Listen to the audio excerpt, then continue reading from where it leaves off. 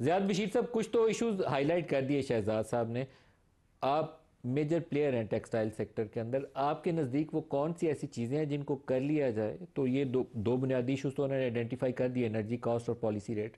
لیکن آگے کیسے چلیں کہ نئی سرمایہ کاری آ جائے اس میں؟ جی تھینک یو ندیم صاحب. بیسکلی انہوں نے کافی مین پوائنٹس تو کہہ دیے تھے، مگر جو ایک main point I think in کا ہی وہ جو گروپ ہے جو لیڈ کر رہے ہیں چیئر پرسن ہے ٹیکس گروپ. گورنمنٹ نے اتنے ٹیکس لگا دیے ہیں پاکستان کے کارپوریٹ سیکٹر پہ کہ افیکٹو ٹیکس ریٹ ابھی تقریباً 61%، 61% ہو گیا ہے. اس کا دنیا میں کوئی بھی پریسیڈنٹ نہیں ہے. تو آپ کے پاس پیسے رہتے ہی نہیں ہے ری انویسٹ کرنے کے، تو گروتھ تو آ ہی نہیں سکتی ہے.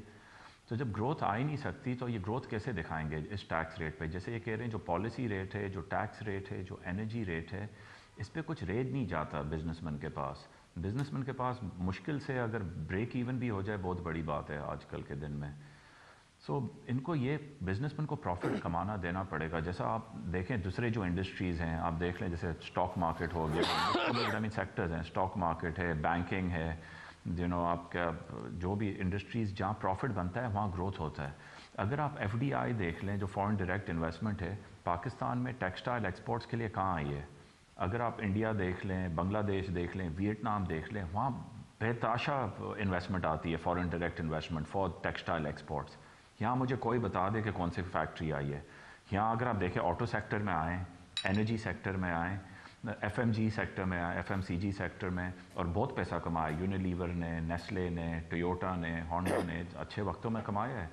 تو ایف ڈی آئی آتی ہے. اٹس ناٹ کہ ایف ڈی آئی پاکستان نہیں آتی فار اینی ادر ریزن، مگر جہاں پیسہ بنتا ہے وہاں آتی ہے. اس سیکٹر میں پیسہ ہے ہی نہیں. گورنمنٹ نے پالیسیز ایسے ہی بنائے ہوئے کہ ایکسپورٹ ان فرینڈلی، کہ اس سیکٹر میں کوئی آئے گا ہی نہیں انویسٹ کرنے کے لیے.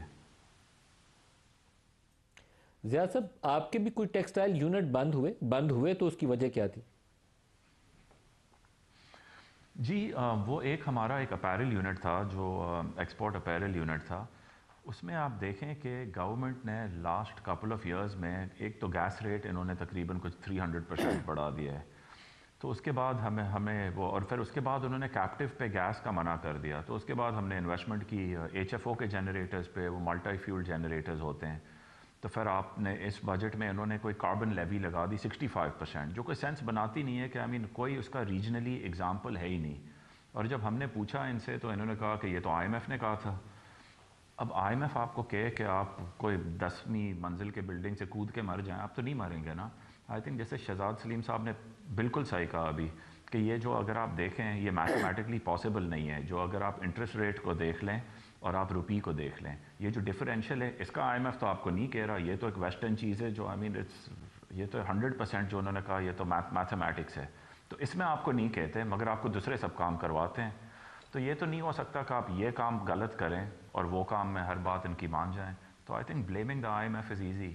مگر ہمیں اب خود جیسے بلال صاحب نے بھی کہا ٹف ڈیسیجنز لینے پڑیں گے.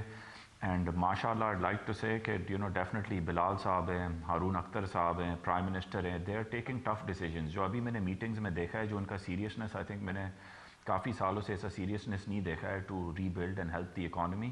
مگر اب اس کے امپلیمنٹیشنز کا دیکھنا پڑے گا. ڈیسیجنز تو لے لیے ہیں مگر بیوروکریسی کا امپلیمنٹیشن کتنا جلدی ہوتا ہے اور کتنا جلدی انڈسٹری کو ریلیف مل سکتا ہے.